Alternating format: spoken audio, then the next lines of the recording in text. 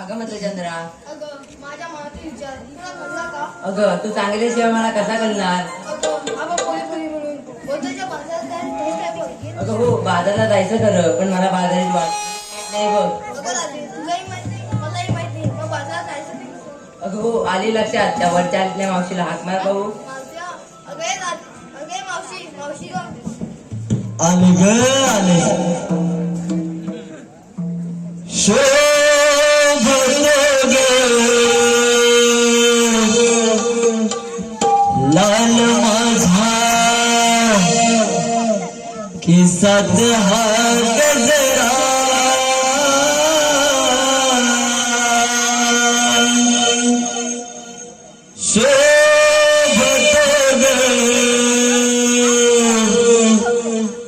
लाल माझा केसात हा गजरा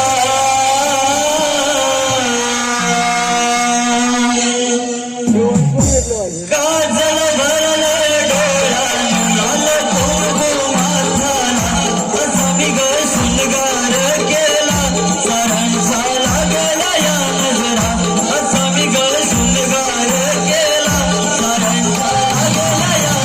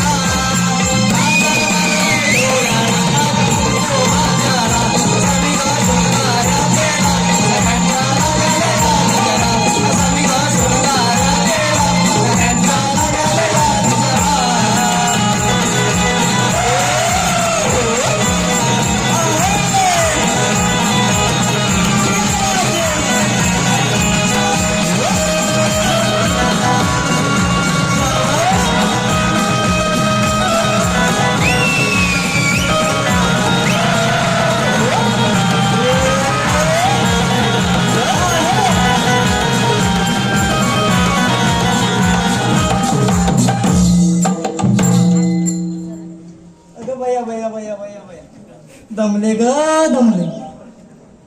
अगे राधा राधा ग अगं म्हटलं मावशी, कशाला घाग मारली मावशीला? अगं मावशी, आम्हा पोरींचं बाजारला जायचं ठरलंय बघ.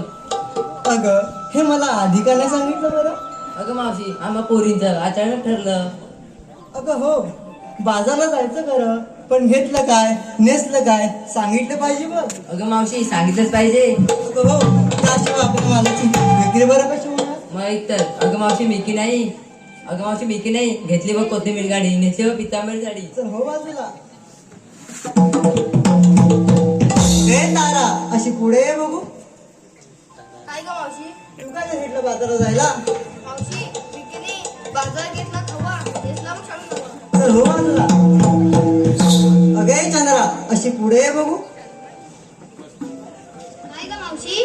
तू काय घेतलं बाजारात जायला. मावशी मी की नाही. मावशी मी की नाही. लांब सडक माल कडक मावशी दाबून बघ. अगं काय दाबू. मावशी दुधाची बॅप्सी. चल हो बाजूला. अगं मावशी तू आम्हा पोरी पोरीला विचारलं, तू काय घेतलं. अगं सांगितलंच पाहिजे. अगं मावशी सांगितलंच पाहिजे. ऐक तर दह्या दुधाचे माठ भरून शृंगार थाट करून, दह्या दुधाचे माठ भरून शृंगार थाट करून, थोडासा साईड बिझनेस म्हणून विक्रीला घेतल्या शेवग्याच्या शेंगा. थोडासा साईड बिझनेस म्हणून विक्रीला घेतला शेवग्याच्या शेंगा आणि बाजारात झाली गडबड म्हणून नेसले पाहिजे समोरच्या काकाचा लेंगा.